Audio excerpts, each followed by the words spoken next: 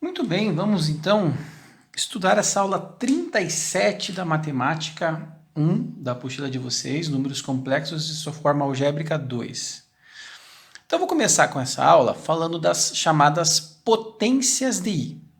Tudo bem? Você já sabe que o i é a unidade imaginária e vale raiz quadrada de menos 1. Bom, quanto que seria i elevado a zero? Você sabe que qualquer coisa elevado a zero é sempre igual a 1, inclusive a unidade imaginária. Tudo bem? Bom, eu sei que o i elevado a 1 é o próprio i, mas olha que interessante o que acontece com o i ao quadrado. Se eu pegar a raiz quadrada de menos 1 e elevar ao quadrado, eu vou acabar cortando o expoente com o índice da raiz, vai ficar menos 1. Então, quando eu tenho um i elevado ao quadrado, i elevado ao quadrado é menos 1. E é interessante porque você está pegando a unidade imaginária, está elevando ao quadrado e está encontrando como resposta um número real, certo? I ao quadrado é menos 1. Então, isso aqui a gente vai usar muito no estudo dos números complexos, né? Sempre que aparece um i ao quadrado, você sabe que vai dar menos 1. A gente viu isso na divisão de complexos também na aula passada, né? Quando a gente fez a divisão, que eu tinha que multiplicar a parte de cima e a parte de baixo pelo conjugado do de baixo, né? A gente já viu essa questão. Então, você já sabe que sempre que aparece o i ao quadrado, ele vale igual a menos 1, né? E i elevado ao cubo seria pegar o i ao quadrado e multiplicar por i. Menos 1 vezes i dá menos i. Tudo bem? Bom, se você for calcular o i à quarta seria i ao quadrado vezes i ao quadrado, menos 1 vezes menos 1 dá 1. E a quinta, se você pegar esse i à quarta e multiplicar por i, vai dar i de novo. E a sexta vai ser de novo menos 1, e a sétima vai ser de novo menos i. Reparou a sequência? 1, i, menos 1, menos i. 1, i, menos 1, menos i. Isso significa que esse i elevado a qualquer expoente sempre dará como resposta ou 1, ou i, ou menos 1, ou menos i. Então, qualquer potência de i que você tenha, o i elevado a qualquer expoente, a resposta vai ser sempre 1i menos 1 ou menos i. Tá, professor, mas e como é que eu faço para calcular, por exemplo, 1i elevado a 423? Então, como fazer isso? Bom, aí você vai fazer o seguinte. Você vai pegar o expoente, que é grande, 423, e vai dividir por 4. Sempre por 4. Por que por 4? Porque são 4 respostas possíveis. 1i menos 1 ou menos i, tá certo? Bom, dividindo 423 por 4, 4 por 4 dá 1. E resto 0, cai o 2. 2 por 4 vai dar 0, cai o 3. 23 por 4 vai dar 5 e resto 3. Gente, o que me importa nessa divisão é justamente o resto. Porque se você está dividindo por 4, o resto da divisão só pode ser 0, 1, 2 ou 3. Ah, tá, mas e se eu fizer a divisão e der resto 5? O que significa? Que você errou a conta. Não tem como. Se você divide por 4, o resto é 0, 1, 2 ou 3. Então, você vai substituir o expoente da potência justamente pelo resto dessa divisão. Ou seja, o i elevado a 423, na verdade, é igual a i elevado ao cubo. E i elevado ao cubo, você já sabe que é quanto? Menos i. Tudo bem? Então, quando você tem uma potência de i grande, você divide por 4 e coloca o resto da divisão no lugar do expoente. I elevado a 0 é 1, i elevado a 1 é i ao quadrado é menos 1, e i ao cubo é menos i. Tudo bem? Então, essa é uma parte bem fácil, mas que, por exemplo, a UEPG gosta muito de explorar a questão das potências de i, tanto na prova do PSS, como na prova geral e na prova específica da UEPG. Então, a questão das potências de i é uma questão que aparece muito aqui nos vestibulares da nossa UEPG. Tá bom, moçada? Então, é uma parte fácil, tranquila, da parte dos números complexos da aula de hoje. Bom, agora eu vou falar com vocês sobre o chamado plano de Argand-Gauss. Argand e Gauss são dois matemáticos famosos da antiguidade, né? Dos séculos 17, 18, e eles estudavam muito essa questão dos números complexos. Uma das coisas que intrigavam mais eles seria como posicionar os números complexos em relação ao conjunto dos números reais. Nós vimos na aula passada que o conjunto dos números complexos é bem maior que o conjunto dos números reais. Vamos ver isso de forma geométrica. Então, imagina que o eixo vertical aqui, o eixo horizontal, desculpe, o eixo horizontal é o conjunto dos números reais. Tudo bem? Bom, aqui eu poderia marcar que nessa interseção desses dois eixos seria o zero. Se você lembrar lá do ensino fundamental, no 9º ano, você estuda a reta real. É uma reta onde se coloca para a esquerda dos zeros negativos, para a direita os positivos. Então, imagina essa mesma reta real. Mas aí, eu construo um eixo perpendicular ao eixo dos números reais, tá certo? Perpendicular ao eixo dos reais, passando justamente pelo zero. E esse eixo aqui vai ser o eixo dos números chamados imaginários, IM, tá certo? Então, o eixo horizontal, que a gente, num plano cartesiano comum, a gente chama de eixo X, esse, na verdade, é o eixo dos números reais do plano de Argand-Gauss. E o eixo Y, o eixo vertical, nós chamamos no plano de Argand-Gauss de eixo dos números imaginários. Quem que está sobre o eixo dos imaginários? Todos os números reais multiplicados pela unidade imaginária. Então, se para a direita eu tenho o 1, o 2, o 3, o 4, o 5, aqui em cima eu tenho o 1i, o 2i, o 3i, o 4i, o 5i. Se aqui para baixo eu tenho, para a esquerda eu tenho menos 1, menos 2, menos 3, aqui eu tenho menos 1i, menos 2i, menos 3i. Todos os números, inclusive, por exemplo, os irracionais, aqui eu tenho raiz de 3, e aqui em cima, aqui no eixo vertical, eu tenho raiz de 3 vezes i. Aqui eu posso ter o número π, aqui eu tenho π vezes i. Então, todos os números reais aparecem aqui multiplicados pela sua chamada unidade imaginária. Tudo bem? Então, esse plano é chamado de plano de Argand-Gauss, tá? Eu vou representar um número complexo qualquer aqui nesse plano. Então, vou pegar aqui o número complexo z, que tem a coordenada, que nós já vimos na aula passada, a forma algébrica de representar z igual a mais bi, onde a é a parte real e b é o coeficiente da parte imaginária. Então, esse número complexo, se eu marcar aqui eu vou ter o valor do a, que é a parte real desse número complexo. E aqui, aqui eu vou ter o bi, que é o coeficiente da parte imaginária. Então, aqui eu tenho o a e aqui eu tenho o bi. Esse é um número complexo. Se a gente fosse representar num plano cartesiano, seria da forma a, bi, né? X e y. Só que aqui na forma de complexo, essa é a parte real e esse é o coeficiente da parte imaginária. Então, a gente representa o complexo assim na forma algébrica.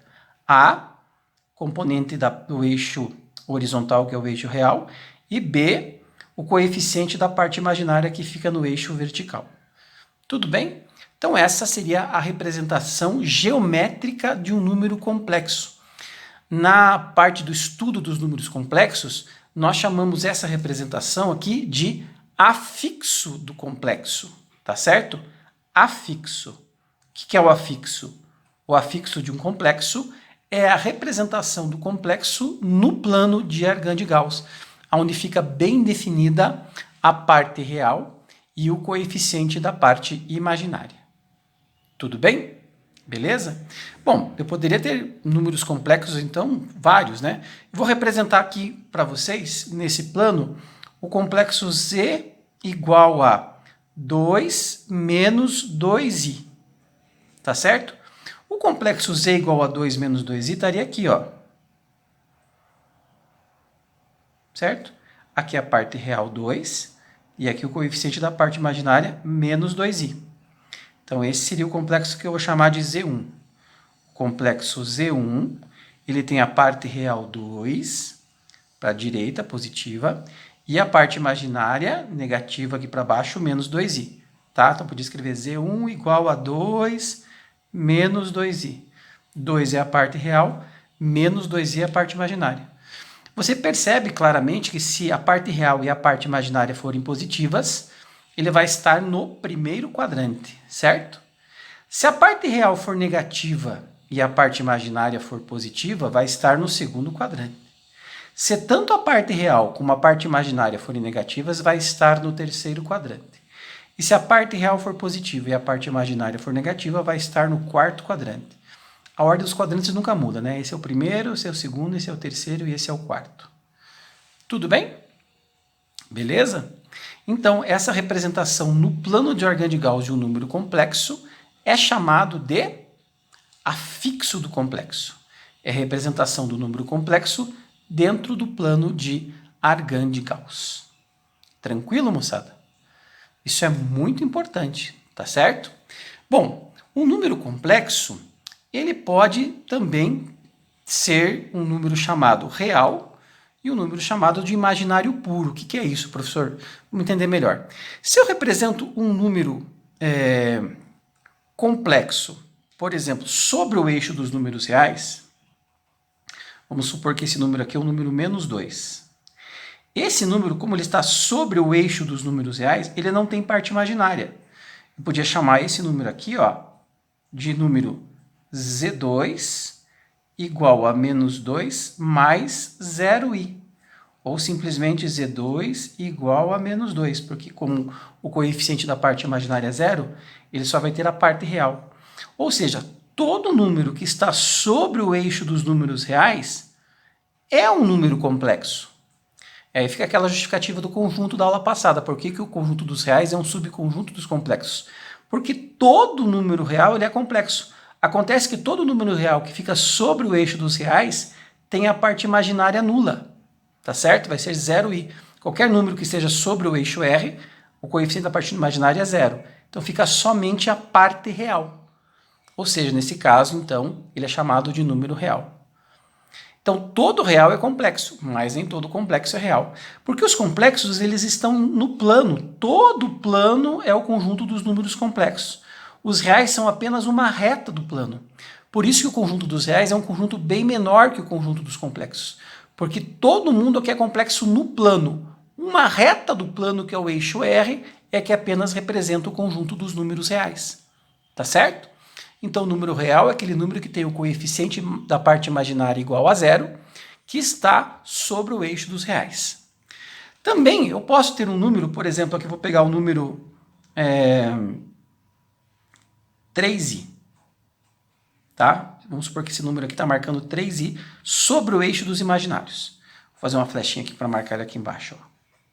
Esse é o chamado de Z3. Z3 é igual a 0 mais 3i. Ou simplesmente Z3 igual a 3i, já que o coeficiente, já que a parte real é zero, porque se ele está sobre o eixo dos imaginários, a parte real é zero, tá certo? Esse número aqui, ele é chamado de imaginário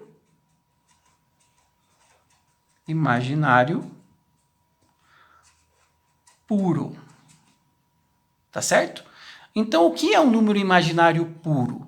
É um número complexo que tem a parte real igual a zero, ou seja, que está sobre o eixo vertical, o eixo dos números imaginários. Ele não tem a parte real, ou a parte real igual a zero, tá certo? Então, o Z3 é igual a 3i, ele é chamado de imaginário puro, tá? Porque a parte real dele, a parte real do complexo é zero, porque ele está sobre o eixo dos imaginários. Então, quando que ele é real? Ele é real quando ele está sobre o eixo X, né? O eixo horizontal, o eixo dos reais. Daí a parte imaginária é zero. E quando que ele é imaginário puro? É quando ele está sobre o eixo vertical dos números imaginários, quando a parte real é zero. Tá certo? Mas todos eles são complexos também. Então, um complexo é um número que tem uma parte real e uma parte imaginária. Eu represento como um par ordenado aqui do plano cartesiano, né? Parte real, né? Faz uma linha perpendicular pontilhada até chegar no R, e uma linha pontilhada perpendicular até chegar no eixo imaginário. Então, esse ponto aqui tem a coordenada A e BI. É um número complexo. Essa representação de um número complexo dentro do plano de Argand de Gauss é chamada de afixo do complexo. Tudo bem? Então, tem vários detalhes muito importantes nessa questão para entender bem o plano de Argand de Gauss. Muito bem. Sobre esse afixo desse número complexo, z igual a A mais BI, né?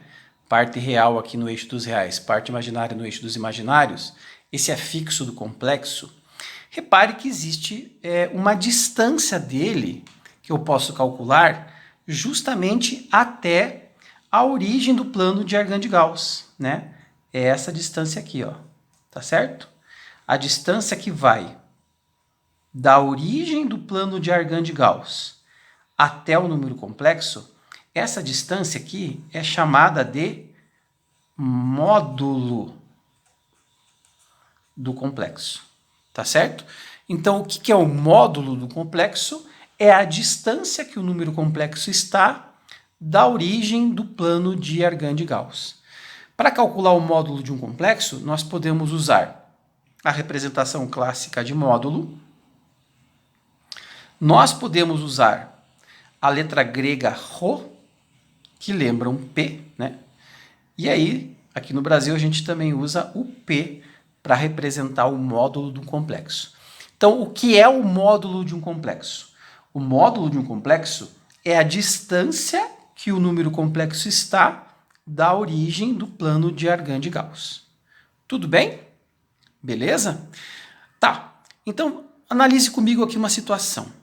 Como é que eu faço para calcular essa distância que está esse módulo do complexo em relação ao módulo complexo, a distância complexa está da origem do plano de Argand-Gauss? Gente, se eu observar bem, aqui dentro aparece uma figura muito conhecida na matemática, que é o nosso querido triângulo retângulo. Concordam?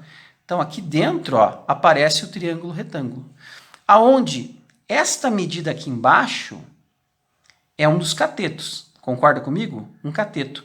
E quanto mede esse cateto? Gente, a medida do cateto é B. É essa distância que vai daqui até aqui.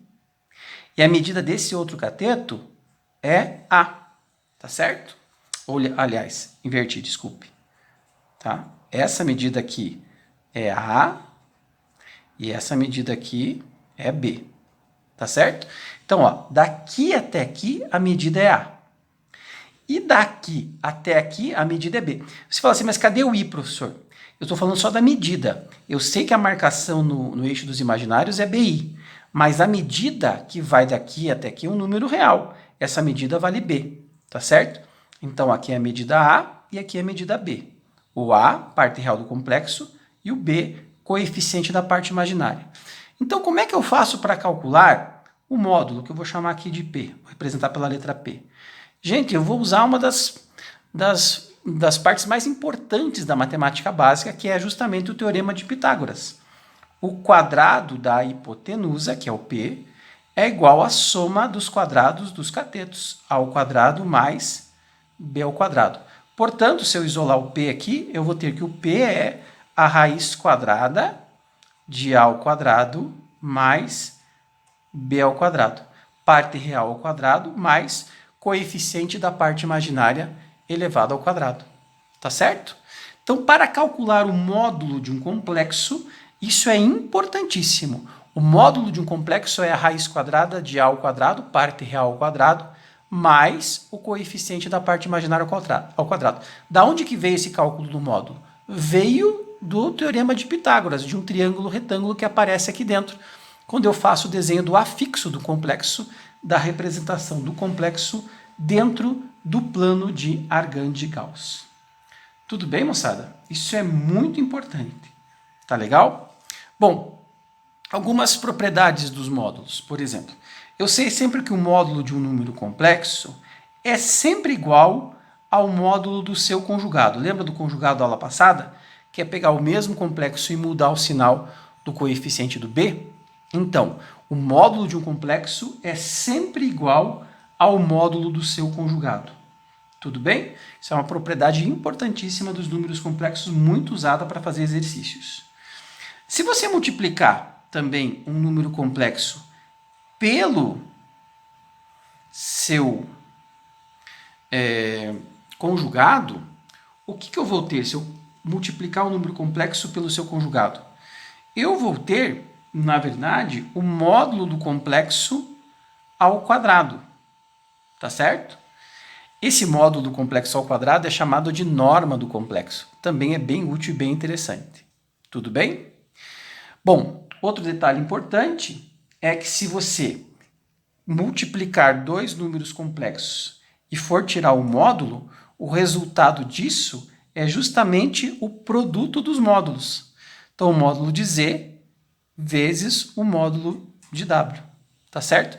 Isso é bem interessante e bem importante que a gente tem também dos números complexos, tá legal? Se você for multiplicar dois números complexos e depois tirar o módulo, você pode simplesmente calcular os módulos e multiplicar os resultados que você vai ter a mesma resposta. Tudo bem? Tranquilo? Então veja que não é uma matéria assim dificílima a questão desses números complexos, mas a sua representação no plano de Argand de Gauss é um assunto muito importante que é muito cobrado nas provas dos vestibulares, do PSS, da UEPG e na prova, no caso, tanto na prova geral como na específica. Tudo bem? Então, fazendo alguns exercícios da apostila, vou pegar aqui na página 51 o exercício número 4 da Unicamp, tá? Que ele dá o complexo z igual a 1 mais ai sobre a menos i, e ele pede para calcular z elevado a 2016. Gente, a primeira coisa é ter que tirar esse i de baixo. E como é que eu faço isso? Então, vamos lá. Como a gente viu na aula passada, vai ficar assim, ó. 1 mais ai sobre a menos i, que multiplica, em cima e embaixo vai multiplicar o quê? Pelo conjugado do de baixo, que é a mais i. Tudo bem? Então, a gente vai multiplicar o de cima e o de baixo pelo conjugado do de baixo. Usando a propriedade distributiva em cima, 1 vezes a é a, 1 vezes i é i, ai vezes a é a ao quadrado vezes i, e aí vezes i dá mais ai ao quadrado. Sobre, e embaixo vai dar o quê? Quadrado do primeiro menos o quadrado do segundo. Tudo bem? Tranquilo? Bom, na parte de cima, o que você vai acontecer? Você vai ficar com a mais i mais ao quadrado vezes i. E isso aqui, eu sei que vai dar menos 1. Então, menos 1 vezes a dá menos a. Sobre a ao quadrado mais 1. Aí você pergunta, por que ao quadrado mais 1, professor? Lembra da aula passada? I ao quadrado é menos 1, menos 1 dá mais 1. Tá legal? Aqui eu vou cortar esses valores. E aí, veja o que aconteceu aqui em cima. Ficou ao quadrado vezes i mais i. Eu poderia colocar o i em evidência. Ficaria assim, ao quadrado mais 1 vezes i sobre ao quadrado mais 1. Né? Eu coloquei aqui o i em evidência. Quando eu tiro o i daqui, fica 1 no lugar dele. Né? Então, colocando o i em evidência, fica ao quadrado mais 1 vezes i sobre ao quadrado mais 1. E aí eu posso cortar essas duas partes. Ou seja, o z vale i. Tudo bem? Como eu quero calcular z elevado a 2016, bom, eu quero calcular i elevado a 2016. Então, como é que eu faço isso? Potência de i. Vamos dividir o 2016 por 4. Então, aqui vai dar 5, resto 0. Cai o 1, dá 0. Cai o 6, 16 por 4 é 4 e resto 0. Ou seja, i elevado a 2016 é a mesma coisa que i elevado a 0, que é igual a 1. Então, a resposta certa desse exercício é a letrinha B. Tudo bem? Então, eu dividi o 2016 por 4 e deu o resto 0. E aí eu coloquei o resto 0 no lugar do 2016, i elevado a 0 é igual a 1. Então, a letra B. Então, é um exercício bem interessante aqui da Unicamp, né? Que veja que eu trabalhei primeiro com a simplificação do complexo, tirar o i da parte de baixo, que reduziu o z apenas ao i. E aí, calcular o i elevado a 2016 ficou extremamente simples. Tudo bem, moçada? Beleza esse exercício? Já no exercício número 5, ele quer o quociente entre os números complexos z1, que é 1 mais i, e z2, que é 1 menos i. O quociente é a divisão, né? Então, eu quero dividir o 1 mais i pelo 1 menos i. Então, o que eu faço aqui? Eu vou multiplicar o de cima e o de baixo pelo conjugado do de baixo, que é 1 mais i. Tudo bem? Bom, então, fazendo o produto, 1 mais i vezes 1 mais i é 1 mais i ao quadrado. Tudo bem? Sobre 1 mais i vezes 1 menos i, quadrado do primeiro menos o quadrado do segundo. Tá, mas a gente já sabe que sempre que aparece 1 mais i ao quadrado, se você aplicar a propriedade, o produto notável, né? Quadrado do primeiro mais 2 vezes o primeiro vezes o segundo, mais o quadrado do segundo, vai aparecer 1 mais 2i menos 1, porque i ao quadrado vale menos 1. E aí corta 1 com menos 1, fica só 2i. Veja que interessante, você transforma um binômio num monômio. 1 mais i ao quadrado é sempre 2i. Assim como 1 menos i ao quadrado vai dar sempre menos 2i. Tá? Isso sempre acontece na matemática. Então, esse 1 mais i ao quadrado dá como resposta 2i e 1 menos i ao quadrado dá sempre menos 2i é um macete que a gente acaba utilizando num monte de exercícios. Veja que nesse caso, eu posso escrever aqui em cima então 2i. E embaixo, como eu sei que i ao quadrado é menos 1, 1 menos menos 1 fica 1 mais 1 que dá 2. Posso cortar aqui o 2 com o 2, né? E a resposta vai dar i, que é a letra B. Tudo bem? Então, sempre em qualquer exercício de complexos que apareça 1 mais i ao quadrado, você sempre pode substituir 1 mais i ao quadrado por 2i, assim como 1 menos i ao quadrado por menos 2i. É interessante porque como você transforma um binômio num monômio, e levar um monômio a qualquer potência é muito mais fácil, né, do que levar um binômio, que você tem que aplicar, às vezes, as regras do binômio de Newton para achar a solução do problema. Ok? Já no exercício número 6, então, veja, aparece o z, que é igual a 1 mais i, e ele quer, unidade imaginária, ele quer calcular z a décima. A gente pode utilizar aquela situação anterior? Pode. Por quê? Porque z a décima é a mesma coisa que 1 mais i elevado à décima. Aí você fala assim, mas professor, eu vi 1 mais i ao quadrado. Eu sei que 1 mais i ao quadrado, um binômio, eu posso transformar no monômio 2i. Tudo bem, mas aqui eu posso fazer um artifício matemático. Ó. Eu posso escrever 1 mais i elevado à décima assim. 1 mais i ao quadrado elevado à quinta potência, não é a mesma coisa? Porque você vai multiplicar o expoente, 2 vezes 5 é 10, tá? Só que eu sei que esse 1 mais i ao quadrado, na verdade, é quanto? É 2i. Então, é muito mais fácil calcular a potência 2i à quinta do que ficar aplicando o produto notável, o binômio de Newton para calcular 1 mais i à décima, certo? É muito mais fácil calcular desta forma. E aí eu elevo a quinta potência, o 2, 2 à quinta é 32, 32 e a quinta. Como é que eu faço com esse expoente do i? Olha, fácil, divide 5 por 4, vai dar 1 e resto 1. Ou seja, 32i à quinta é a mesma coisa que 32i elevado a 1, ou seja, 32i. Entendeu? 6. Você sempre pode usar, então, esse artifício de 1 mais i ao quadrado ser igual a 2i e 1 menos i ao quadrado ser igual a menos 2i, num exercício como esse, né, que você viu que é bem tranquilo para chegar nessa resposta. Legal? Nesse exercício número 7, como é que eu faço para descobrir o valor de x para que esse número complexo aí seja imaginário puro?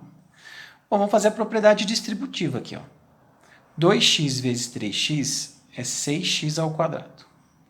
2x vezes 2xi dá 4x ao quadrado i. Menos i vezes 3x é menos 3xi.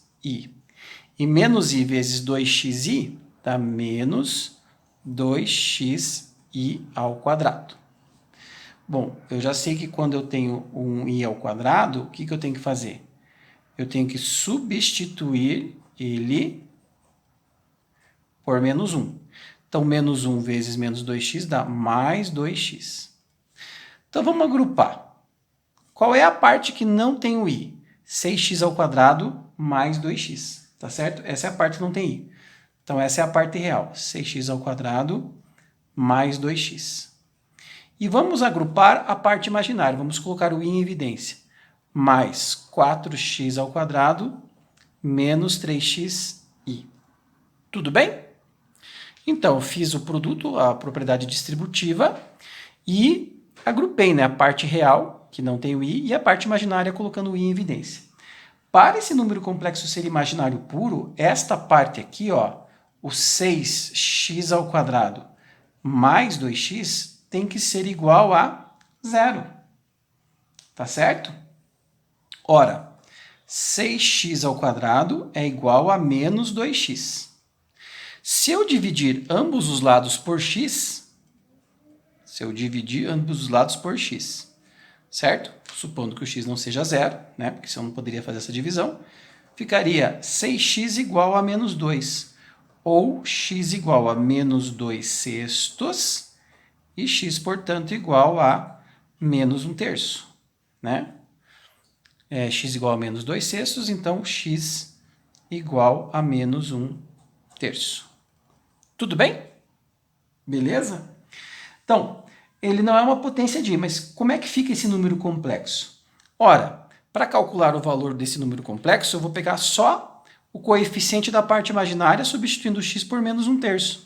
Então, fica 4 vezes menos 1/3 ao quadrado menos 3 vezes menos 1/3. Tá? 4 vezes 1/9 menos 3 vezes menos 1/3. Aqui eu vou simplificar, né? Fica mais, menos vezes menos mais, 1. Então, 4/9 mais 1, eu faço o quê? Tiro o mínimo, né? Que fica o mínimo igual a 9. 9 por 9 é 1 vezes 4, 4. 9 por 1 é 9 vezes 1, 9, que dá 13/9. Então, esse número complexo z vai ficar 13/9 de i. 13/9 de i.